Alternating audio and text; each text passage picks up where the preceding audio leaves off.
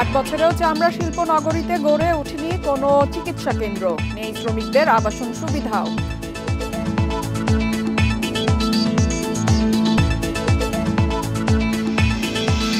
ঈদের পর চাহিদা কম থাকায় বাজারে সবজির দাম নিম্নমুখী, নতুন করে না বাড়লেও এখনো চড়া চালের বাজার।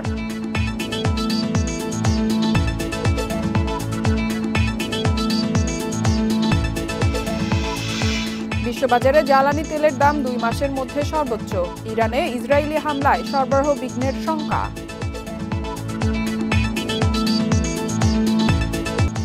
সবাইকে আমন্ত্রণ অর্থনীতি সারাদিনে, আপনাদের সাথে আছি ইফাতারা। শুনছিলেন শিরোনাম, এবারে জানাবো বিস্তারিত।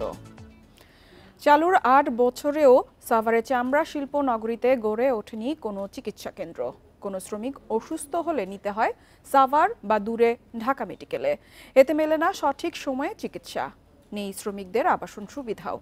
কর্মপরিবেশের ঘাটতির কথা স্বীকার করে একে অপরকে দুষছেন ট্যানারি মালিক ও বিসিকের কর্মকর্তারা।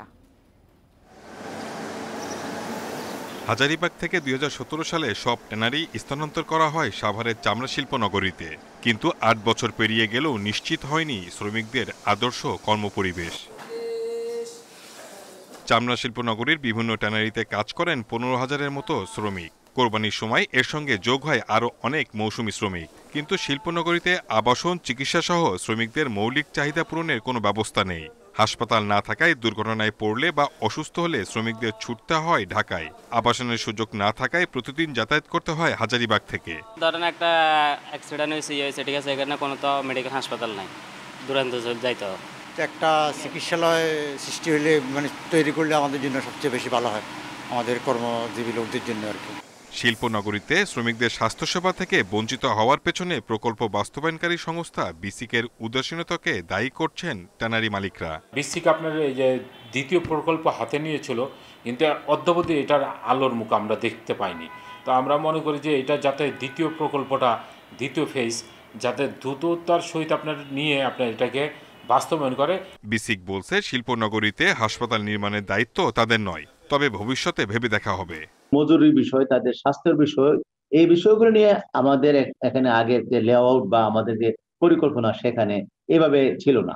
তো সেই ক্ষেত্রগুলিতে কাজ করা যেতে পারে, তাদেরও উচিত আমরা সেই ক্ষেত্রগুলো নিয়ে ভবিষ্যতে এগুলো নিয়ে আরো ইফেক্টিভলি কাজ করতে পারি। চামড়া শিল্পনগরীতে ট্যানারির সংখ্যা 161টি, এর মধ্যে চালু আছে 142টি। ট্যানারি মালিক ও সরকার সবার আলোচনায় থাকে কেন্দ্রীয় বর্জ্য শোধনাগার সিইটিপি, উপেক্ষিত থাকে শ্রমিকদের স্বাস্থ্য সুরক্ষার বিষয়টি। ট্যানারি ওয়ার্কার্স ইউনিয়নের তথ্য মতে চালু হওয়ার পর থেকে এখন পর্যন্ত এই সাভার চামড়া শিল্পনগরীতে বিভিন্ন কারখানায় দুর্ঘটনায় নিহত হয়েছেন 19 জন শ্রমিক। শাহিদ আহমেদ, ইন্ডিপেন্ডেন্ট নিউজ, চামড়া শিল্পনগরী, সাভার, ঢাকা। চামড়া শিল্প নিয়ে বিস্তারিত আলোচনা করতে আমাদের সঙ্গে যুক্ত হয়েছেন লেদার ওয়ার্কিং গ্রুপের অডিটর আফজাল হোসেন। আফজাল হোসেন, আপনাকে স্বাগত জানাচ্ছি অর্থনীতি সারাদিনের শুরুতেই। আপনার কাছে জানতে চাইব, আপনি আন্তর্জাতিকভাবে কাজ করছেন, আপনার দৃষ্টিতে আমাদের সাথে আন্তর্জাতিক মানদণ্ড চামড়া শিল্পে আমরা কতটা পিছিয়ে রয়েছি বলে আপনার দৃষ্টিতে মনে হয়? ঈদের শুভেচ্ছা। আপনি যে প্রশ্নটা করেছেন এটা একেবারে সরাসরি আমরা চেষ্টা করছি, বিসি চেষ্টা করছে, ট্যানারি মালিকটা চেষ্টা করছে। আমরা অনেক পিছিয়ে আছি এবং যেই গতিতে আমরা সামনের দিকে এগোচ্ছি এটা খুব স্লথ। তবে আমরা কি বলবো, আরো বেশি শক্ত পদক্ষেপ নেওয়া উচিত, যেটা নাকি বিসি চেয়ারম্যান বললেন, মহোদয় বললেন যে ওখানে চিকিৎসার দায়িত্ব ওনাদের না। কিন্তু আমার শ্রমিককে কে বাঁচাবে? আসলে শ্রমিককে বাঁচানোর দায়িত্ব সরকারের, সরকারের দায়িত্বে আছেন বিসিক, সেটা তাদের দায়িত্ব। আর যারা ট্যানারি মালিকরা আছেন সেখানে যেটা স্পষ্ট করে বলতে চাই, আমার শ্রমিকরা আমার সন্তানের মতো হওয়া উচিত, সুতরাং তাদের দেখভাল করার দায়িত্ব ট্যানারি মালিকদের আছে। তো আমরা এরকম কি বলবো, দর কষাকষি না করে ওখানে স্পষ্ট করে একটা স্থাপনা আমরা করতেই পারি। অনেক স্থাপনা ওখানে ভ্যাকেন্ট আছে, বিসিকের অফিস আছে। আমরা সাভার ইউনিয়ন অথবা সাভার উপজেলা চেয়ারম্যান যারা আছেন ওদেরকে সহায়তায় সরকারি যে সংস্থা আছেন, স্বাস্থ্য মন্ত্রণালয়ের সাথে বসে আমরা সহজে এটা কিন্তু সমাধান করতে পারি। পদক্ষেপ নেওয়াটা জরুরি, সেটা যে কোনো পক্ষ থেকেই হোক। আমি বলবো বিসিক এটা নিলে হয়তো খুব সহজে এটা করে ফেলতে পারবেন একটা স্বাস্থ্য ব্যবস্থাটাকে সুষ্ঠুভাবে পরিচালনার জন্য। আফজাল হোসেন, চামড়া শিল্পকে আন্তর্জাতিক মানে করতে কি ধরনের উদ্যোগের অভাব রয়েছে আমাদের দেশে, বিশেষ করে রপ্তানি বাণিজ্যে আরো ভালো করতে আমাদের কি করা উচিত বলে আপনি মনে করেন? স্পষ্ট করে বলতে চাই, আমাদের একটা রোড ম্যাপ দরকার, একটা লং টার্ম। আমরা মানে বাংলাদেশকে যদি বলি আমি, in a word is a country of emergency. আমরা আগামীকাল কি করব জানি না, প্রবলেম হয়ে গেলে আমরা ছোটাছুটি শুরু করে দিই। এই জায়গা থেকে বেরিয়ে আসতে হবে। বিক্ষিপ্ত বিচ্ছিন্ন আলোচনা এবং সেটা টেকনিক্যাল কোনো বডিকে ইনক্লুড না করার ফলে আজকে আমাদের এই অধপতন চামড়া শিল্পী। আমি আবারও বলছি, বিক্ষিপ্ত বিচ্ছিন্ন আলোচনা এবং টেকনিক্যাল লোকদেরকে ইনভলভ না করার জন্য আজকে চামড়া শিল্পের এই অধপতন। সংশ্লিষ্ট যারা আছেন, ট্যানারি মালিক, সরকারি সংস্থা, সবাই চেষ্টা করছেন, কিন্তু এর মধ্যে সমন্বয়হীনতার একটা স্পষ্ট ছাপ আমরা এবারও লক্ষ্য করলাম। আমরা বিনামূল্যে লবণ দিয়েছি, কার্যকর হয়েছে কিনা আমি জানি না, এই প্রশ্নের উত্তর হয়তো আমরা পাবো আরো কয়েক মাস পরে। ওয়েট ব্লু এক্সপোর্ট করতে হবে, সেক্ষেত্রে দ্বিধাদ্বন্দ্বে ভুগছে ট্যানারি মালিক এবং সরকার পক্ষ। কিন্তু আমি যদি স্পষ্ট করে বলতে চাই, ওয়েট ব্লু তৈরি করেন ট্যানারির, সো দুটো অ্যাসোসিয়েশন আছে, তারা যদি ওয়েট ব্লু এক্সপোর্ট করতে না চান, ট্যানারির বাইরে তো কেউ আর ওয়েট ব্লু তৈরি করতে পারছিল না, এক্সপোর্ট করতে পারছিল না, সুতরাং সেটা ট্যানারি মালিকদের নিয়ন্ত্রণেই আছেন। সো আমরা অনেকগুলো পদক্ষেপ নেওয়া দরকার এবং সেটা স্পষ্ট করে সবাইকে নিয়ে বসে, আমার মনে হয় আর সময় ক্ষেপণ না করে আগামীকাল থেকে বসা উচিত। লেদার ওয়ার্কিং গ্রুপের যে সিলেবাসটা আছে সেটা স্পষ্ট করে দেখা উচিত। সেখানে একটা সুন্দর কমিটি করতে পারি, আন্তর্জাতিক মানের কমিটি, সেটাকে নিয়ে কাজ করলে আমার মনে হয় খুব অচিরে না হলেও আমরা হয়তো সফলতা দেখতে পারবো ইনশাআল্লাহ। আফজাল হোসেন, সিইটিপি নিয়ে আমরা দীর্ঘ সময়ের ধরে আমরা সংকটে রয়েছে, বিশেষ করে সিইটিপির জন্য, এবং আমাদের যে এলডব্লিউডিজি যে সনদ আছে সেই সনদও কিন্তু আমরা পাচ্ছি না, মূলত সিইটিপির জন্য। এক্ষেত্রে আপনার কি মনে হয় যে সিইটিপি পরিচালনার জন্য দক্ষ জনবলের আমাদের সংকট রয়েছে কিনা, আর এই সিইটিপিকে কার্যকর করতে আসলে কেন এত দীর্ঘ সময় লাগছে? এক্ষেত্রে আসলে কাদেরকে আমরা দোষারোপ করতে পারি বলে আপনি মনে করেন? দোষারোপ করতে হবে এদেশের জনগণকে। এদেশের জনগণের ভাগ্য খুব খারাপ, তারা কখনোই স্পষ্ট সুফল ভোগ করতে পারছে না। সিইটিপিটা আসলে অসম্পূর্ণ একটা সিইটিপি, কয়েকটা স্ট্রাকচার মিলে একটা সিইটিপি হয়ে যায় না। আমার সৌভাগ্য হয়েছে পৃথিবীতে অনেকগুলো দেশে, মহাদেশে সিইটিপি দেখার। এই সিইটিপির ক্যাপাসিটি, টেকনোলজি সবকিছু অসম্পূর্ণ। তো সেখানে আমরা কিছু কাজ করছি, কিন্তু এই ধরনের কাজ না করে আমাদের এখনই স্পষ্ট বলা উচিত যে এই সিইটিপিটা কর্মক্ষম নয় এবং সেখানে একটা বাজেটের ব্যাপার কাজ করছে এবং আগামীকাল থেকে এটার পিছনে লাগা উচিত, কি করা উচিত কি করা উচিত। কিন্তু সেখানে আমরা 2017 থেকে আজকে পর্যন্ত একই আলোচনা করছি। সেটা কোরবানির পরে ঈদের উৎসবের মতো আমরা কয়েকদিন আলোচনা করি, তারপর ভুলে যাই। তো সরকারকে স্পষ্ট পদক্ষেপ নিতে হবে, ট্যানারি মালিকদেরকে নিয়ে, টেকনিক্যাল বডি নিয়ে এই সিইটিপিকে সফলভাবে। আফজাল হোসেন, আপনার কি মনে হয় চামড়া শিল্পের যে এই যে সার্বিক যে সমস্যা, এই সমস্যার পেছনে কি কোনো সিন্ডিকেট দায়ী, অথবা সিন্ডিকেটের মাধ্যমে কি এই কাজ হচ্ছে বলে আপনি মনে করেন?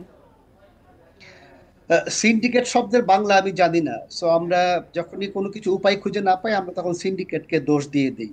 সিন্ডিকেট থাকবেই, কেউ একজন অ্যাডভান্টেজ দেওয়ার চেষ্টা করবে, সেটা তো তার অন্যায় না। আমি ব্যবসা করতে গেলে আমি আমার পলিসি অনুযায়ী ব্যবসা করব, সেটাকে যদি আপনারা সিন্ডিকেট বলেন, I don't agree with you. সিন্ডিকেটকে ভাঙ্গাই তো সরকারের কাজ, যদি থেকে থাকে সেটা সরকার কেন ভাঙতে পারছেন না? তাহলে সিন্ডিকেট বলতে পৃথিবীতে কোথাও কিছু নেই, আবার সিন্ডিকেট ছাড়াও কোথাও কিছু নেই। বাংলাদেশে সয়াবিন তেল কয়জন ইম্পোর্ট করছেন, তাদেরকে কি আমি সিন্ডিকেট বলতে পারছি? সো আমার ট্যানারি মালিকরা আছেন যারা, তাদেরকে প্রথমে ধন্যবাদ দেয় যে ওরা পচা কাঁচা জিনিসটাকে বৈদেশিক মুদ্রা হিসেবে নিয়ে আসছেন। আমরা সিন্ডিকেট বলে তাদেরকে দূরে ঠেলে দিচ্ছি কেন? প্রবলেমগুলো নিয়ে বসতে হবে। ট্যানারি মালিক তো আমার দেশেরই না, সরকার এবং ট্যানারি মালিকরা পাশাপাশি বসে সমস্যার সমাধান করলে এটাকে তো একটা কি বলবো উজ্জ্বল ভবিষ্যৎ নিয়ে আসতে পারি আমরা। দুর্ভাগ্যজনক, আমাদের কাঁচা পাট কোথায় গেল আমরা এখন জানি না, চায়ের অবস্থাও ভালো নেই, চামড়াও কোথায় যাচ্ছে আমরা জানি না। তো এরকম দোষারোপ না করে, সিন্ডিকেট না বলে, আমরা সবাই যেহেতু এই দেশে আছি, সরকার, ট্যানারি, টেকনোলজিস্ট এবং অন্যান্য স্টেক হোল্ডার, আমরা বসে এই সিন্ডিকেট আছে কি না আছে বা সমাধান কিভাবে করা যায় তা নিয়ে স্পষ্ট আলোচনা করতে পারি। এবং উজ্জ্বল সম্ভাবনা আমাদের যেহেতু রয়েছে, যেহেতু আমাদের চামড়ার মান গুণগত ভালো, টেকনোলজিস্টরা ভালো মানের চামড়া তৈরি করছে এবং বিশ্বে আমাদের সুনাম আছে, আমরা হয়তো কাজে লাগাবার চেষ্টা করছি না। এটাই আমার সিন্ডিকেট, আমরা যে কাজ করছি না এটাই বড় সিন্ডিকেট আমার কাছে মনে হয়। আফজাল হোসেন, আমাদের সাথে যোগ দেওয়ার জন্য আপনাকে অসংখ্য ধন্যবাদ। চলে যাচ্ছি পরবর্তী সংবাদে। ঈদের পর এখনও জমে ওঠেনি রাজধানীর বাজার, খোলেনি অনেক দোকানপাট, ক্রেতার উপস্থিতিও কম। চাহিদা কম থাকায় বেশিরভাগ সবজির দামও কম, 30 থেকে 40 টাকা কেজিতে মিলছে বেশিরভাগ সবজি। এছাড়া বেশিরভাগ পণ্যের দামই স্থিতিশীল রয়েছে। কোরবানির ঈদের ছুটিতে অনেকটাই ফাঁকা রাজধানী, যার রেশ দেখা গেছে বাজারেও। বাজারে নেই তেমন ক্রেতা। চাহিদা কম থাকায় বেশিরভাগ সবজি বিক্রি হচ্ছে বেশ কমে। কারওয়ান বাজারে লাউ, পেঁপে, পটল, চিচিঙ্গা, ঝিঙ্গে, ধুন্দুলের কেজি বিক্রি হচ্ছে 30 থেকে 40 টাকার মধ্যে। তবে কিছুটা ব্যতিক্রম করলার দাম, বিক্রি হচ্ছে 80 থেকে 100 টাকা কেজিতে। ঈদের পরবর্তীতে বাজারের অবস্থা, সবজির দাম কম আর মাছের দাম তুলনামূলকভাবে একটু বেশি। বেচা বিক্রি নেই, শুক্রবারে বাজার দেখেন কিভাবে বয়ে রয়েছি, কোনো কাস্টমার নেই, মানুষজন নাই, এই কারণে একটু দাম মোটামুটির দিকে আছে। অবশ্য বেশি একটা নেই না, মানুষজন চলে আসলে হয়তো দাম বাড়বে। গরু ও খাসির মাংসের দাম স্থিতিশীল থাকলেও মুরগির দাম কেজিতে 10 থেকে 20 টাকা বেড়েছে। ব্রয়লার কেজি 160 টাকা আর সোনালির কেজি 270 থেকে 280 টাকা। এছাড়া সব ধরনের মাছের কেজিতেও 40 থেকে 50 টাকা বাড়তি। মাছ হইলে মনে করেন আমদানি কম, কমের কারণে সরবরাহ কমের কারণে দাম বাড়তি। সরবরাহ যখন বাইরে যাবে গায়ে মালের দাম কমে যাবে। আস্তে ধীরে টের কইরা খাদ্যের জমা আস্তে ধীরে আসবে, এই জন্য মালও নেই, বিক্রি ক্রেতাও নেই। নতুন করে দাম না বাড়লেও এখনও চড়া চালের বাজার। মিনিকেটের কেজি বিক্রি হচ্ছে 72 থেকে 76 টাকা আর মোটা চাল স্বর্ণা বিক্রি হচ্ছে 52 থেকে 55 টাকা কেজিতে। Mehedi Hasan, independent news, Dhaka.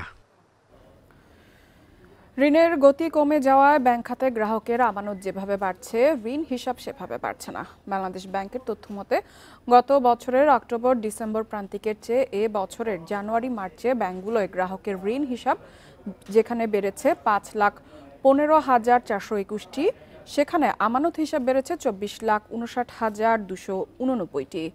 দেশের ব্যাংকগুলোতে ঋণ হিসাবের চেয়ে আমানত হিসাব 12 গুণ বেশি।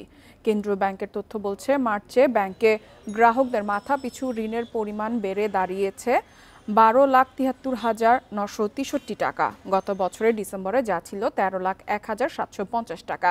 3 মাসে মাথা পিছু ঋণ কমেছে 27,787 টাকা করে।